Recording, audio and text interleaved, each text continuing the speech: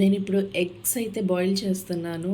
Egg biryani కోసము eggs అయితే బాయిల్కి పెట్టేస్తున్నాను. చూద్దాం. 2 గ్లాస్ బాస్మతి రైస్ అయితే తీసుకున్నాను. దీన్ని ఇప్పుడు నేను నానబెట్టేస్తాను అనమాట. ఇప్పుడు పెద్ద సైజ్ ఆనియన్స్ని అయితే కట్ చేసుకున్నాను.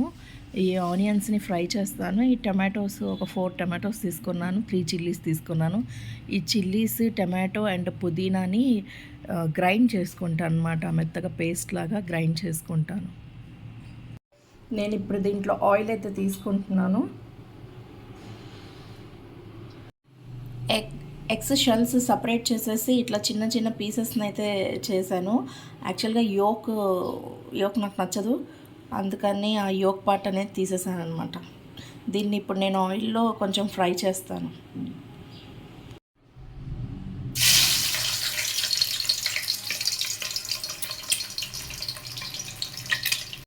ఎగ్నైతే ఫ్రై చేసిన ఎగ్ని సపరేట్గా ప్లేట్లో తీసేసుకున్నాను. ఇప్పుడు దీంట్లో మనము షాజీరా, ఇలాచీ, దాల్చిన చెక్క అండ్ లవంగాలు అయితే వేసేస్తున్నాను. దీంట్లోనే ఆనియన్స్ కూడా వేసి ఫ్రై చేస్తాను. ఇప్పుడు ఆనియన్స్ అయితే ఇలా ఫ్రై అయిపోతున్నాయి. దీంట్లోనే నేను జింజర్ గార్లిక్ పేస్ట్ కూడా వేసి ఫ్రై చేస్తాను. ఆనియన్స్ అయితే ఇలా ఫ్రై అయిపోతున్నాయి. మా పిల్లల స్కూల్లో అయితే నాన్ వెజ్ నాట్ అలౌడ్. అయితే ఎగ్ నాన్ వెజ్జా వెజ్జా, ఎగ్ కూడా నాట్ అలౌడ్. నేను ఇప్పుడు దీంట్లో జింజర్ గార్లిక్ పేస్ట్, అల్లం వెల్లుల్లి పేస్ట్ అయితే వేసేసాను. ఇప్పుడు దీన్ని కూడా ఫ్రై చేద్దాం ఆనియన్స్తో పాటు. చూడండి, ఇప్పుడు ఈ ఆనియన్స్ అయితే ఫ్రై అయిపోయాయి. దీంట్లో మనము గ్రైండ్ చేసి పెట్టుకున్న టమాటో, పుదీనా, పచ్చిమిర్చి పేస్ట్ ఉంది కదా, అది కూడా వేసి ఇప్పుడు ఫ్రై చేద్దాం.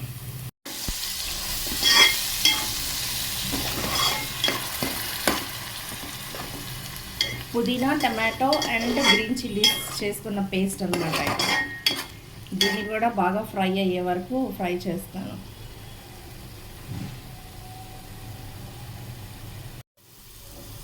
ఈ పేస్ట్ అనేది ఫ్రై అయింది కదా, దీంట్లో నేను 2 spoons salt, 2 spoons chilli powder వేసాను.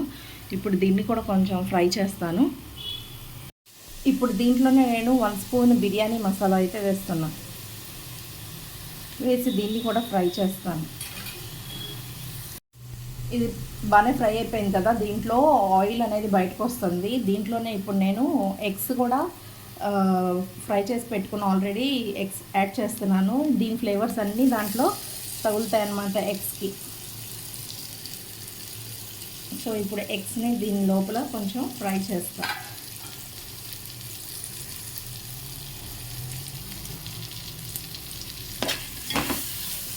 దీని ఫ్లేవర్స్ అన్నీ దీనికి తగులుతాయి అన్నమాట ఎగ్స్కి. దీంట్లో వాటర్ అయితే యాడ్ చేస్తున్నాను. ఈ గ్లాస్తోనే నేను రైస్ అనేది మెజర్ చేశాను అనమాట. 1:2 ratio. So 2 glasses of water తీసుకున్నాను కాబట్టి నాకు 4 గ్లాసెస్ ఆఫ్ వాటర్ అయితే పడుతుంది.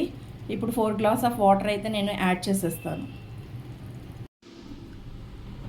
ఇప్పుడు వాటర్ వేసిన తర్వాత నేను సాల్ట్ అయితే ఒకసారి చెక్ చేసుకున్నాను. సాల్ట్ చెక్ చేసుకోవడం వల్ల నాకు కొంచెం సాల్ట్ అనేది తగ్గిందనమాట. రైస్ వేస్తాం కాబట్టి రైస్కి సాల్ట్ తగ్గుతుంది.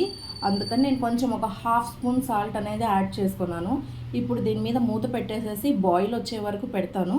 తర్వాత మనం రైస్ యాడ్ చేసుకుందాం దాని లోపల. చూడండి, బాయిల్ అయితే వచ్చేసింది. ఇప్పుడు మనం దీంట్లో రైస్ అనేది యాడ్ చేసుకోవాలి. ఇందాక వీడియోలో నేను 2:4 అని చెప్పాను కదా, 2:4 అయితే కరెక్టే, కానీ నేను 2 గ్లాసెస్ ఆఫ్ రైస్ తీసుకున్నాను, వాటర్ కాదు. బై మిస్టేక్ అలా వచ్చేసింది. అయితే 2 గ్లాసెస్ ఆఫ్ రైస్కి నేను 4 గ్లాసెస్ ఆఫ్ వాటర్ యాడ్ చేశాను. చూడండి, రైస్ అయితే వేయడం అయిపోయింది. సో ఒక్కసారి కదిలించేసేసి దీన్ని ఇట్లా స్ప్రెడ్ చేసి దీని మీద మూత పెట్టేసేసి ఉంచేయడమే. ఒక 5 మినిట్స్ వరకు హై ఫ్లేమ్లోనే పెట్టుకుందాము. తర్వాత దాన్ని సిమ్ చేసి, నేను యాక్చువల్గా కింద అడుగు అంటకుండా ఒక ప్యాన్, నా దగ్గర వేస్ట్ ప్యాన్ ఒకటి ఉంటుంది కదా, దోశ వేసుకునేది, చపాతీ చేసుకునే ప్యాన్, అది పనికిరాని ప్యాన్ ఒకటి పెట్టుకున్నాను అనమాట. దాన్ని ఈ డెక్ష కింద పెట్టేస్తాను, అప్పుడు అడుగు అంటదు. చూడండి, ఈ ప్యాన్ అయితే నాకు పనికిరాదు. సో పనికిరాని ప్యాన్ మీద ఈ బౌల్ అనేది పెట్టేసేసి ఇప్పుడు కుక్ చేస్తాను అనమాట. ఇది పనికిరాదు, కానీ కింద అడుగు అనేది అంటదనమాట ఇది పెట్టడం వల్ల. ఇప్పుడు ఇది ఇలా అయితే కుక్ అయింది. దీన్ని నేను 5 మినిట్స్ హై ఫ్లేమ్లో పెట్టాను కదా. ఇప్పుడు నేను ఒక సిమ్లో ఒక 10 మినిట్స్ పెడతాను, సరిపోతుంది. అయితే రెడీ అయిపోయింది.